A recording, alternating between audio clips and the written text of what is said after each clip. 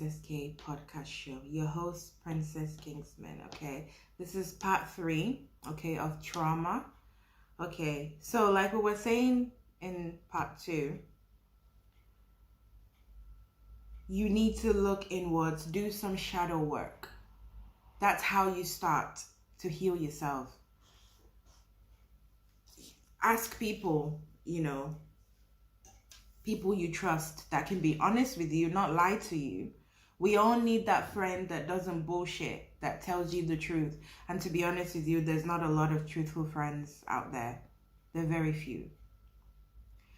And once you look inwards and you do some shadow work meaning your ego.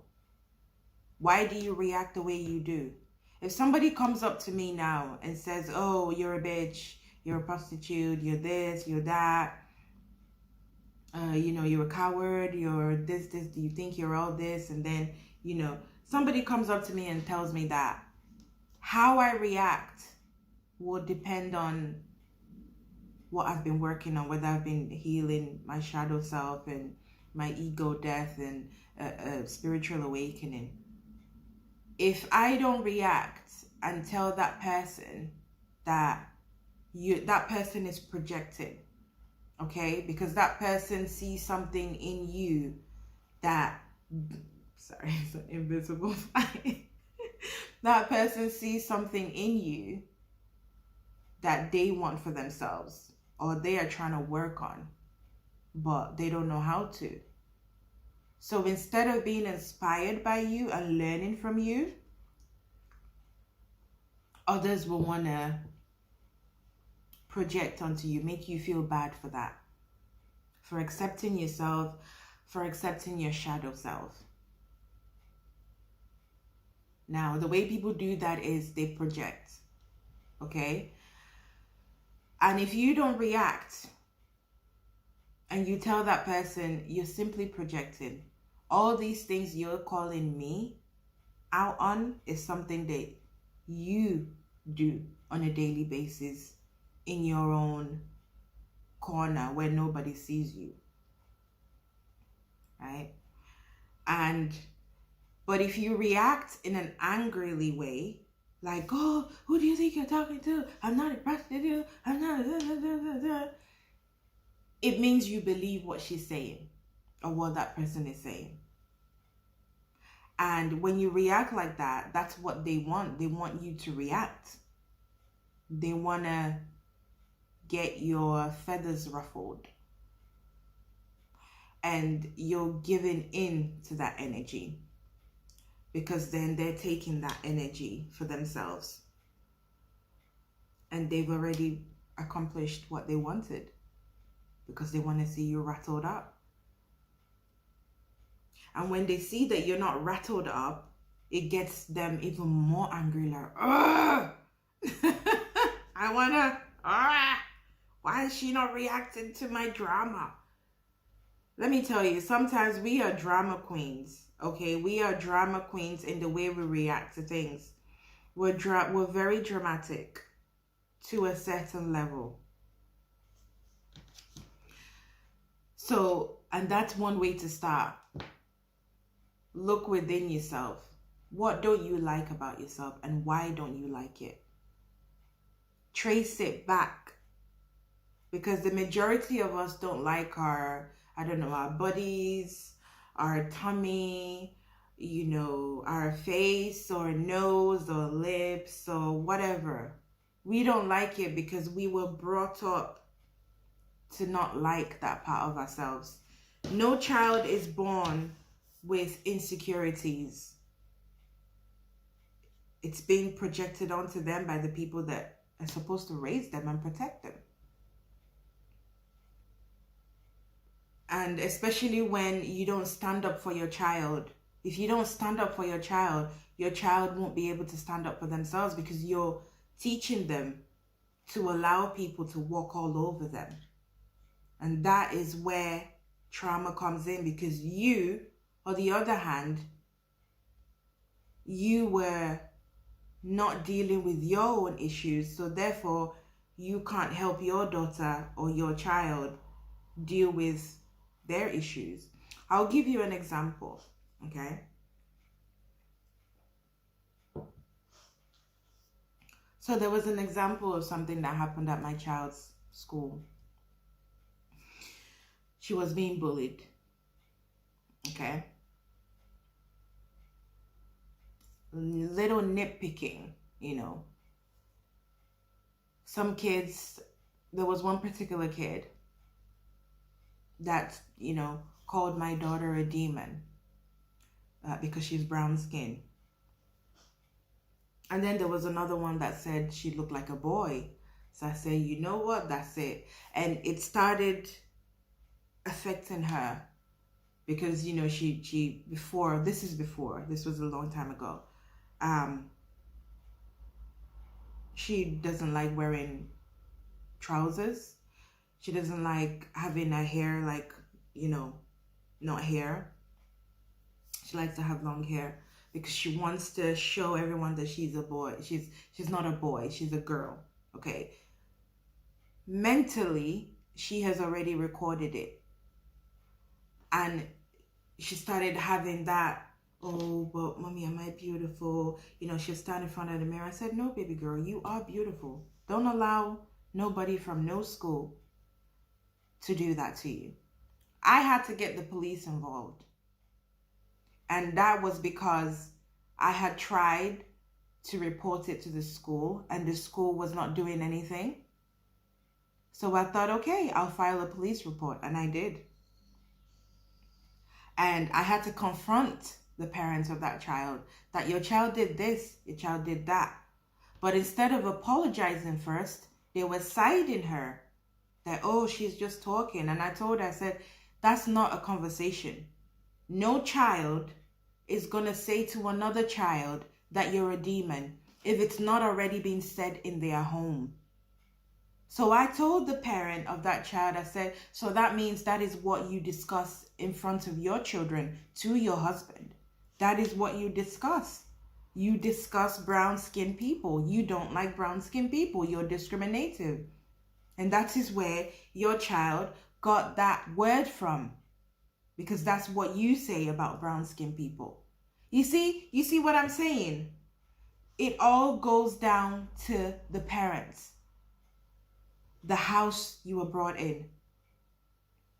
There was one child that was, I confronted the mother too. The mother was just like, oh, are you sure? Or was it just, a mistake? I said, no, it's not a mistake.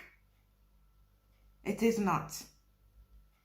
I said, your son called my daughter all kinds of names. I'm not even going to say it. I was so angry.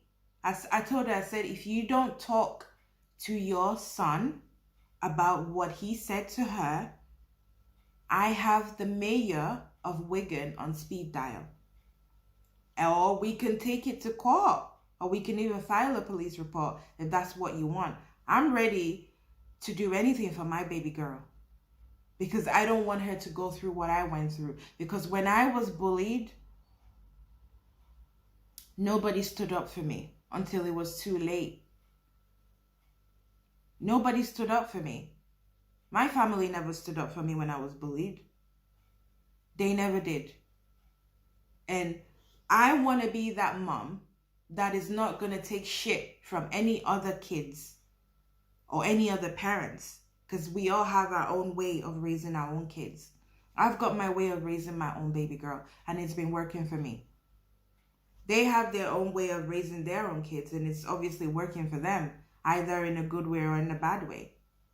So I'm trying to make an example. If you're following me, what I'm trying to make you to understand that because I had nobody to protect me, I swore that I would never let such a thing happen to my own child.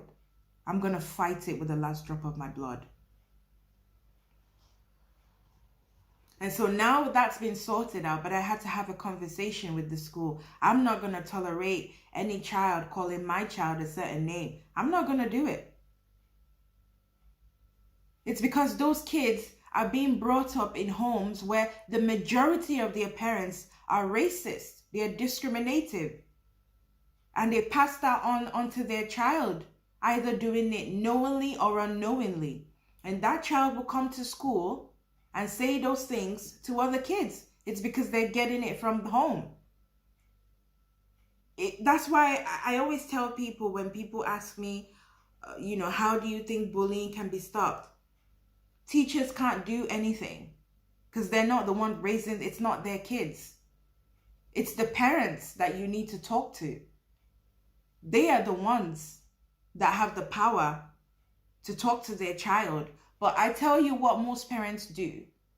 They even instigate their own child to go to school and say shit to other kids. That's what I've seen some parents do that. And I'm not judging, but I'm being real with you. I've seen some parents that are complete bitches. I'll say it, pardon my French. If you're offended, I'm sorry. You can leave my channel. You don't have to watch me. Some parents are bastards. Some parents are absolute fucking assholes. Because the way they treat their child, the way they talk to their child about other races, about other people from other cultures, they are not teaching their child to be respectful to other races and other cultures. And therefore that child feels like they've got a chip on their shoulder, like, oh, well, my mommy says this. You hear all kinds of things. I used to work in a child daycare. You see a lot of things. Most parents don't even have that emotional rapport with their kids. They don't have that time.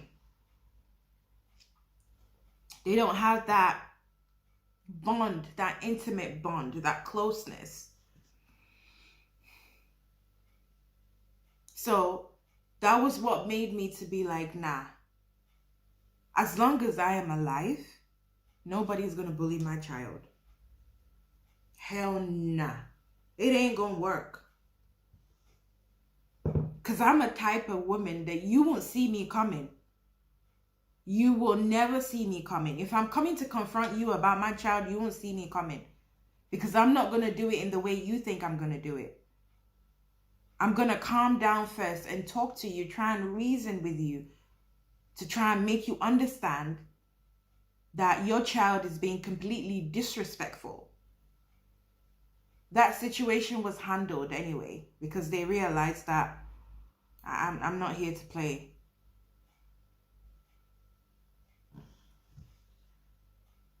And that's part of the reason why I said that you need to heal your own wounds, your own traumas before you have a kid. I've seen parents that their kids will tell them, oh, I was bullied in school. And then the parent will be like, oh, well, stand up for yourself. Tell them, don't. Some kids can't. You have to show them how to stand up for themselves. If they don't see that you stand up for yourself, they won't be able to do the same. You're a mirror. As long as you're a parent, you are a mirror to that child. Everything you do, they will mirror back to you. You can't say, oh, don't do that, but you do it. Why should your child not do it when you do it, when you say things like that? Why should your child not lie when you lie in front of your child? You see where I'm getting at here? So I'm not saying don't have kids. Kids are adorable. They are a blessing.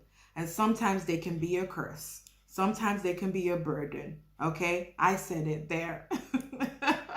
They can be a burden. Okay?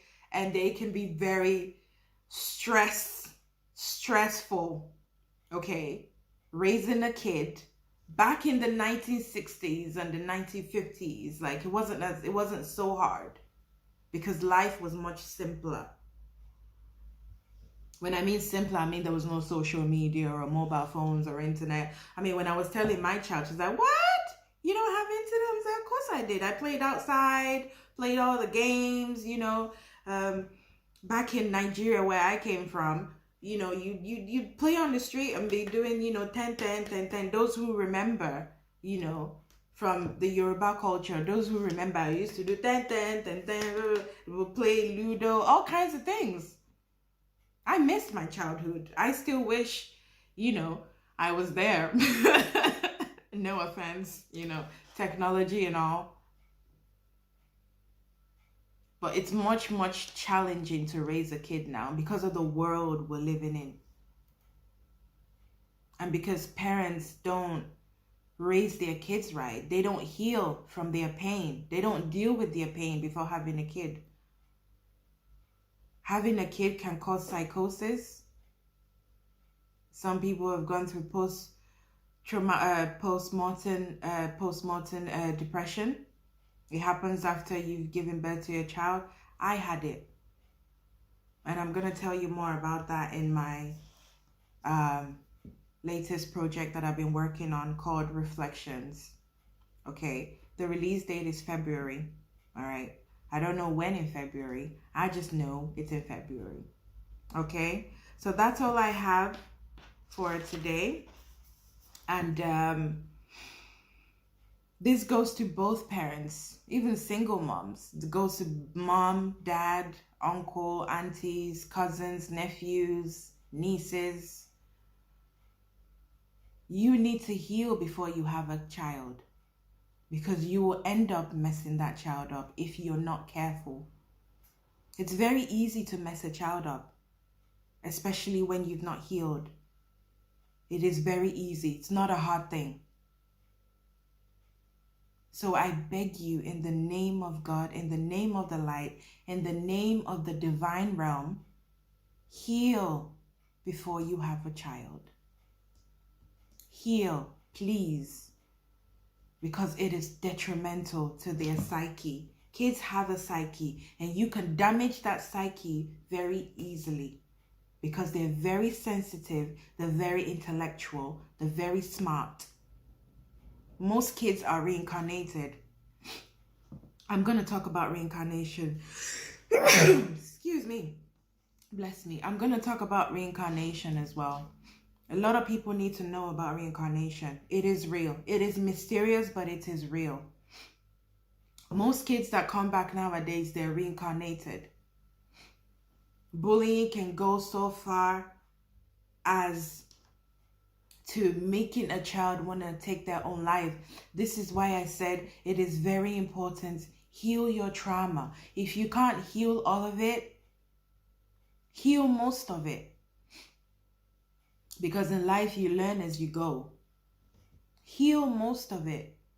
You need to. You owe it to yourself. You owe it to your children. You owe it to your generations. That's why a lot of couples don't want to have kids. I don't blame them. Because they know that they've not healed from their own trauma. The ones that are smart about it. They know that they've not healed from their own trauma. The way you deal with relationship is the way that kid is going to deal with relationship. This is why it is so detrimental. It is so important to heal from your pain before you have a kid. Please, this goes to those that want a kid. If you don't want to have a kid, that's fine. But you still need to heal because you're still going to get married. If you don't want to get married, you're still going to have a partner. Somebody you're going to share your life with, you're going to live with. You need to heal. Okay? That is my message today. Heal before you have a kid. Please, I am begging you. Okay? Thank you so much, so much for listening. My time is up. Okay, so I will be back shortly to talk more about issues of life. Okay, we're done on the topic of trauma, okay, because it's a 3-part series. So this is the final part 3, but final part. Okay, thank you so much for listening. I love you always, and don't forget to subscribe to my channel and press the little bell for notifications when I post. God bless you, and a happy new prosperous year. Mwah. Love you. Goodbye.